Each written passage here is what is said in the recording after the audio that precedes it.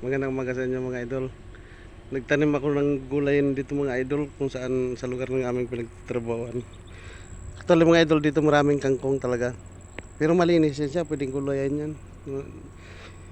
Ito, tanim ko. Yan o, tataba na.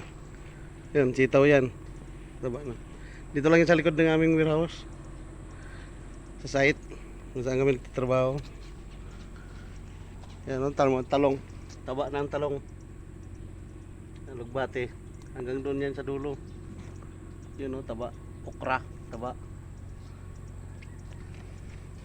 Ayun, kamuti. Tataba na yung kamuti. Yan. Itong okra, lalago ng dahon. Yan o, lalago ng dahon ng okra. Yung talong sa gilid ng okra, lago din. Hanggang doon yan sa dulo mga idol.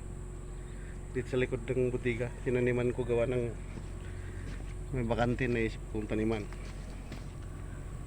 Tuloy dito si Arnold Makaraig, may tanim din dito na masama namin dalawa. Yan, lalago ng mga ano ko, sitaw. Ito, tigas ng ulo nito, inakyat ko na ito nakaraan, bumaba na naman. Hindi lang pala tao yung makukunat, disiplinahin, pati okra, tawag dito ka, sitaw. Ayan okra, ayan, nakalinya na yan okra, lulusog. Kaya lang medyo naparami yata yung lagay ko sa puno, ay pagtanim masikip sila.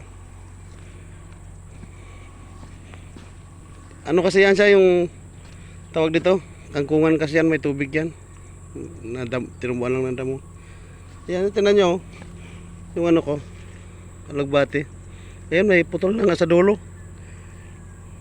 May nanguha na yata ng gulay.